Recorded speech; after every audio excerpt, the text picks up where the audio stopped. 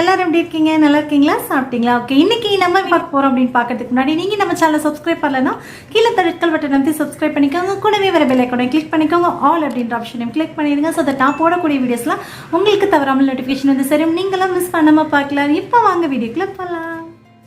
Okay, இப்போ செய்ய start பண்ணிடலாம். பார்த்தீங்கன்னா தக்காளி பூண்டு தொக்கு தான் நம்ம இன்றைக்கி செய்ய போகிறோம். ஸோ ரொம்ப சூப்பராக ரொம்ப டேஸ்டியாக இருக்க போது. இது இட்லி, தோசை, சாப்பாடு எல்லாத்துக்குமே வச்சுக்கலாங்க. ரொம்ப நல்லாயிருக்கும். ஸோ இதுக்கு பார்த்தீங்கன்னா மீடியம் சைஸில் ஒரு 10 தக்காளி வரைக்கும் நான் எடுத்திருக்கேன். தக்காளி வந்து ரொம்ப பெரிய சைஸாகவும் இல்லை, ரொம்ப குட்டியாகவும் இல்லை, ஒரு மீடியம் சைஸில் இருக்குது. இது மாதிரி தக்காளியை வாஷ் பண்ணிவிட்டு நம்ம வந்து ஒரு இட்லி தட்டில் வச்சு வேக வச்சுக்க போகிறோம். ஸோ ஒரு 10 நிமிஷத்துக்கு இது மாதிரி இட்லி பாத்திரம் தட்டில் வச்சுட்டு நம்ம மாடியில் எப்பவும் போல் நம்ம இட்லிக்கெல்லாம் தண்ணி ஊற்றி மேலே வேக வைப்போம் இல்லையா, சேம் அதே மாதிரி மீடியம் ஃப்ளேமில் ஒரு 10 நிமிஷம் குக் ஆகட்டும். ஸோ 10 நிமிஷம் கழித்து பார்த்திங்க அப்படின்னா மேலே அந்த தோலெல்லாம் அப்படியே லைட்டாக கலண்டுட்டு நமக்கு பார்த்தாலே தெரியும் நல்லா வெந்திருக்கு அப்படின்னு சொல்லிட்டு. ஸோ இது மாதிரி வந்ததுக்கப்புறம் அதை எடுத்து ஊற வச்சுருங்க. நல்லா ஆறட்டும். ஆறுனதுக்கப்புறமா பார்க்கலாம். இதுக்கு இடையில வந்து ஒரு பேனில் வந்து கடுகு ஒரு 1/2 ஸ்பூனும் வெந்தயம் வந்து ஒரு 1/2 ஸ்பூனும் சேர்த்துருக்கேன். சேர்த்துட்டு இதை வந்துட்டு மீடியம் ஃப்ளேமில் வச்சுட்டு நல்லா செவக்கிற மாதிரி வறுத்து எடுத்துக்கலாம். ஸோ இது கூடவே வந்து கொஞ்சமாக பச்சை கருவேப்பிலை சேர்த்துக்கிறோம். நம்ம வந்து இன்றைக்கி தொக்கு தானே செய்ய போகிறோம். ஸோ அதனால் பச்சை கருவேப்பிலை வந்து சேர்த்துக்கோங்க. சேர்த்துட்டு அதில் உள்ள ஈரம்லாம் நல்லா ட்ரை ஆகிற வரைக்கும் வறுத்து விட்டுக்கோங்க. ஒருவேளை நல்ல காஞ்ச கருவேப்பிலை வச்சுருந்தீங்கன்னா கூட இது கூட சேர்த்துக்கோங்க, நல்லாயிருக்கும். நான் வந்து அந்த ஈரம் போகிற வரைக்கும் நல்லா அந்த கருவேப்பிலை இது பண்ணிவிட்டு நல்லா மிக்ஸி ஜாரில் ஆறுனதுக்கப்புறம் அரைச்சி எடுத்துக்கிட்டேன். இப்போ பார்த்திங்கன்னா இதுவும் நல்லா ஆறியாச்சு. தக்காளியும் நல்லா ஆறிடுச்சு. ஃபேன் காற்றுல வச்சு ஆற வச்சுட்டேன். ஸோ மேலே உள்ள தோல் எல்லாத்தையுமே க்ளீனாக நீக்கி எடுத்துடலாம். இது மாதிரி லைட்டாக எடுத்தோம் அப்படின்னாலே அழகாக கலந்துட்டு அப்படி நமக்கு வந்துடும். இது மாதிரி எல்லா தோலையுமே நம்ம நீக்கி எடுத்துக்கலாம். எல்லா தக்காளியில் உள்ள தோலையும் எடுத்துகிட்டு நான் உங்களுக்கு காமிக்கிறேன் பாருங்கள். இது மாதிரி இப்போ இதில் உள்ள எல்லா தோலையும் எடுத்துகிட்டு நம்ம அப்படியே எடுத்து ஓரமாக வச்சுட்டு போகிறோம். நமக்கு நல்லா வெந்துட்டனால தக்காளியோட தோல் நீக்கிறதுக்கு ரொம்பவே ஈஸியாக இருக்கும். ஸோ பாருங்கள். ஓகே, இப்போ எல்லா தக்காளியில் உள்ள தோலையும் நீக்கியாச்சு. இதை வந்துட்டு அப்படியே வந்து ஒரு மிக்ஸி ஜாருக்கு ட்ரான்ஸ்ஃபர் பண்ணி நல்ல நைஸாக அரைச்சி எடுத்துக்கலாம். ஒரு நேரத்தில் பார்த்திங்க அப்படின்னா நல்லா நைஸாக அரைச்சி எடுத்ததுக்கப்புறமும் பார்க்க இந்த அளவுக்கு நைஸாக இருக்கும். பட் ஒரு நேரங்களில் வந்து உள்ளுக்குள்ளே வந்து கொஞ்சம் திப்பியாக இருக்கும். நல்லா கலந்து விட்டு பார்த்துட்டு நல்லா நைஸாக அரைச்சி எடுத்துக்கோங்க. ஒரு பேன் வச்சுக்கலாம். முடிஞ்ச வரைக்கும் நீங்கள் இது மாதிரி தொக்கு ரெசிபி இதெல்லாம் செய்வீங்க அப்படின்னா நான்ஸ்டிக் பேன் யூஸ் பண்ணிங்க அப்படின்னா உங்களுக்கு வந்து அந்த பிகினஸாக இருக்கும்போது உங்களுக்கு அந்த பதம் கரெக்டாக தெரியும். நமக்கு வந்து எப்படி அது சுருண்டு வந்திருக்கு அப்படின்றது கரெக்டாக தெரியும். இதில் கொஞ்சம் போல் நல்லெண்ணெய் சேர்த்துக்கோங்க. நல்லெண்ணெய் நல்லா சூடானதுக்கப்புறமா நம்ம மிக்ஸி ஜாரில் அரைச்சி வச்சுருந்த தக்காளியை வந்து இது கூட சேர்த்துக்கலாம். முடிஞ்ச வரைக்கும் வந்து தண்ணி பயன்படுத்தாதீங்க. தண்ணி பயன்படுத்தணும் அப்படின்னா தொக்கு ரொம்ப சீக்கிரமாக கெட்டு போயிடும். நம்ம இந்த தொக்கு வந்து 1 வாரம் வரைக்கும் வச்சுக்கலாம். நார்மலாக ரூம் டெம்பரேச்சர்லேயே வெளியவே வச்சுக்கலாம். ஃப்ரிட்ஜிலலாம் வச்சு யூஸ் பண்ணணுன்ற அவசியம் இல்லை. 1 வாரம் வரைக்கும் ரொம்பவே நல்லாயிருக்கும். ஸோ அதனால் வந்துட்டு நம்ம தண்ணி எதுவுமே சேர்க்கக்கூடாது. தண்ணி சேர்க்காமல் அரைச்சி எடுத்துக்கலாம். இப்போது அதே ஜாரில் வந்து 2 முழு பூண்டுலேருந்து 2 இல்லை 3 முழு பூண்டுலேருந்து பூண்டு பற்களை உரிச்சு நான் எடுத்து வச்சுருக்கேன். 10 தக்காளிக்கு 3 முழு பூண்டில் உள்ள பற்கள் சரியாக இருக்கும். குறைஞ்சது அதில் ஒரு 30 பல் அளவுக்கு பூண்டு இருக்கும்.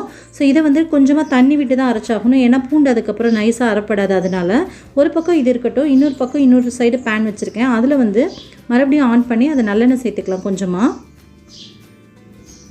நல்லெண்ணெய் வந்து கொஞ்சம் தாராளமாக விடுங்க. அப்போ தான் வந்து இந்த ரெசிபிக்கு ரொம்ப நல்லாயிருக்கும். ரொம்ப நாளைக்கு நல்லாவும் இருக்கும், கெட்டு போகாமல். ஸோ சூடானதுக்கப்புறமா நம்ம அரைச்சி வச்சுருக்க பூண்டு விழுதுகளை இதில் சேர்த்துடலாம். சேர்த்துட்டு இதை கலந்து விட்டுக்கோங்க. லோ ஃப்ளேமில் வச்சுக்கோங்க. பூண்டுனாலும் ரொம்ப சீக்கிரமாக அடிப்பிடிச்சிரும். நம்ம தக்காளி கூடவே பச்சையாக பூண்டை சேர்த்துட்டோம் அப்படின்னா கடைசி வரைக்கும் அந்த தக்காளி தொக்கில் வந்து பச்சை பூண்டோட வாசனை அடிச்சுட்டே இருக்கும். ஸோ அதனால் வந்து இது மாதிரி ஃப்ரை பண்ணிவிட்டு சேர்க்குறோம். ஸோ தக்காளி ஒரு பக்கம் வந்துட்டு நல்லா லோ ஃப்ளேமில் வச்சு குக் ஆகிட்டுருக்கு. இந்த பக்கம் பூண்டையும் வந்து லோ ஃப்ளேமில் வச்சு அப்படியே குக் பண்ணிக்கோங்க. பூண்டு வந்து ரொம்ப சீக்கிரமாக கரைஞ்சிரும். அதனால் இடையில பார்த்துட்டு கலந்து விட்டுட்டே இருங்க. ஒரு பக்கம் தக்காளி என்னாச்சு அப்படின்றதையும் பார்த்துடலாம். தக்காளி வந்து பார்த்திங்கன்னா ஓரளவுக்கு குக் ஆகிட்டு அப்படி லேசாக இப்படி பார்த்திங்க அப்படின்னா நம்ம எடுத்து விடும்போது லைட்டாக கிரேவி ஸ்டேஜுக்கு வந்துருச்சு. இந்த ஸ்டேஜில் வந்து ஒரு 2 நிமிஷம் என்ன இருக்கட்டும். கொஞ்சம் திக்கானதுக்கப்புறமா இந்த பூண்டை வந்து அதில் சேர்த்துடலாம். ஸோ பார்த்திங்கன்னா பூண்டு ஒரு பக்கம் ரெடி ஆகிடுச்சு. அந்த எண்ணெய் பிரிஞ்சு வெளியே வந்துருச்சு அப்படின்னாலே பூண்டு ரெடி ஆகிடுச்சு அப்படின்னு அர்த்தம். ஸோ பூண்டும் இப்போ ரெடி. அதுக்கப்புறம் பார்த்திங்கன்னா தக்காளியும் வந்து கிட்டத்தட்ட ரெடி ஆகிடுச்சு. பூண்டு நான் ஆஃப் பண்ணி வச்சுட்டேன் முன்னாடியே. ஏன்னா ரெடி ஆகிடுச்சு. ரொம்ப நேரம் என்ன இருந்துச்சுன்னா அடி பிடிக்க ஆரம்பிச்சிடும் அப்படி சொல்லிட்டு. ஸோ இப்போ தக்காளியில் உள்ள அந்த சாறு அந்த ஈரப்பதம்லாம் கொஞ்சம் குறைஞ்சி கொஞ்சம் வற்றினதுக்கப்புறமா இந்த பூண்டை வந்து தக்காளி கூட நம்ம சேர்க்க போகிறோம். இப்போ பார்த்துடலாம். இப்போது பார்த்திங்க அப்படின்னா தக்காளி வந்து நல்லாவே ரெடி ஆகிடுச்சு. நல்லா க்ளீனாக குக் ஆகிருக்கு. ஸோ இந்த ஸ்டேஜில் இதில் உள்ள பச்சை வாசனையெல்லாம் தக்காளியில் உள்ள பச்சை வாசனையெல்லாம் கம்ப்ளீட்டாக போனதுக்கப்புறமா நம்ம வந்து பூண்டை வந்து இது கூட சேர்த்துக்கலாம்.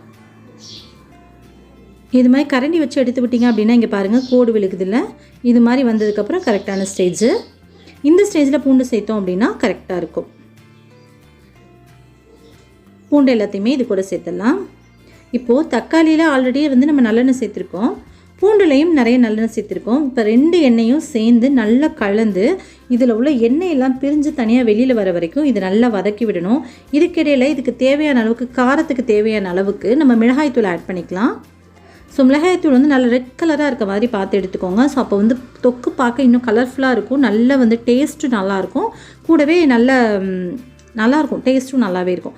சரி, ஓகே. இது கூட பார்த்திங்க அப்படின்னா மிளகாய்த்தூள் சேர்த்துட்டோமா, சேர்த்துட்டு ஒரு 1/2 ஸ்பூன் அளவுக்கு பெருங்காயத்தூள் சேர்த்துக்கலாம். கூட வந்து கல் உப்பு சேர்த்துக்கலாம். பெருங்காயம் கட்டி பெருங்காயமாக இருந்தால் அதை லைட்டாக வறுத்துட்டு அதை மிக்ஸி ஜாரில் நுணுக்கிட்டு சேர்த்துக்கோங்க. இது ஆல்ரெடி நான் அது மாதிரி நுணுக்கி எடுத்து வச்ச பெருங்காயத்தூள் நான் இது கூட சேர்த்துருக்கேன். சேர்த்துட்டு இதில் வந்து உப்பு இதெல்லாமே சேர்த்தாச்சு. இப்போ சேர்த்து இது நல்லா கலந்து விட்டுக்கோங்க. கலந்து விட்டுட்டு இதுக்கிடையில் இதுக்கப்புறம் இதுக்கு எண்ணெயே தேவை கிடையாது. நல்லா ஒரு தடவை கலந்து மட்டும் வச்சுட்டு லோ ஃப்ளேமில் வச்சு அப்படியே மூடி போட்டு வச்சுருங்க. மினிமம் ஒரு 15 மினிட்ஸ் வந்து இருக்கட்டும். ஆனால் இடையில பார்த்துக்கோங்க, கரிஞ்சிடாமல் எடுத்து கலந்து விட்டுட்டே இருக்கணும். இப்போ பார்த்திங்க அப்படின்னா அது சுற்றிலும் எண்ணெயெல்லாம் பிரிஞ்சு ரொம்ப அழகாக வந்திருக்கு. பார்க்கவே எவ்வளோ சூப்பராக இருக்குது பாருங்கள், ரொம்பவே அழகாக இருக்குல்ல. இதை ஒரு தடவை நல்லா கலந்து விட்டுக்கோங்க. நல்லா கலந்ததுக்கப்புறமா நம்ம ஃபஸ்ட்டு ஒரு மசாலா அரைச்சோம் பார்த்திங்களா, கடுகு, வெந்தயம், கருவேப்பிலை, இதை வறுத்து அரைச்சோம்ல, அந்த பொடியை வந்து இந்த ஸ்டேஜில் நம்ம சேர்த்துடலாம். இப்போ சேர்த்துட்டு ஒரு தடவை நல்லா மிக்ஸ் பண்ணி கொடுத்திங்கன்னா அப்படியே வாசனை வீடே தூக்குங்க. அந்தளவுக்கு வாசனையாக இருக்கும் இந்த பொடி சேர்க்கும் போது. இந்த தொக்குக்கே வந்து ரொம்ப சூப்பரான ஒரு டேஸ்ட்டை குடிக்கக்கூடியதே இந்த பொடி தான். அவ்வளோதான், ரெடி ஆயிடுச்சு. நம்மளோட தொக்கு வந்து கிட்டத்தட்ட ரெடி ஆகிடுச்சு.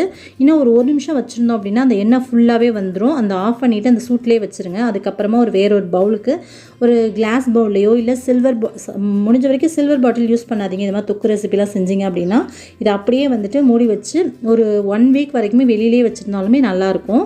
ஸோ நீங்கள் ஒருவேளை இதை ஊறுகாவாக செய்யணும் அப்படின்னு நினச்சிங்கன்னா இது கூட தக்காளி அரைக்கும் போது கொஞ்சம் புளி மட்டும் சேர்த்து அரைச்சிக்கோங்க. உங்களுக்கு அது ஊறுகாவாகவும் இருக்கும், 1 மாதம் வரைக்கும் கெட்டு போகாமல் இருக்கும். இப்போது நெக்ஸ்ட் டே மார்னிங் பார்க்குறோம், எவ்வளோ சூப்பராக இருக்குல்ல. இவ்வளோ நேரம் பொறுமையாக பார்த்தவங்க அனைவருக்கும் ரொம்ப ரொம்ப நன்றி. உங்களை இன்னொரு இன்ட்ரெஸ்டிங்கான வீடியோவில் சந்திக்கும் வரை நன்றி, வணக்கம், டாடா, பை.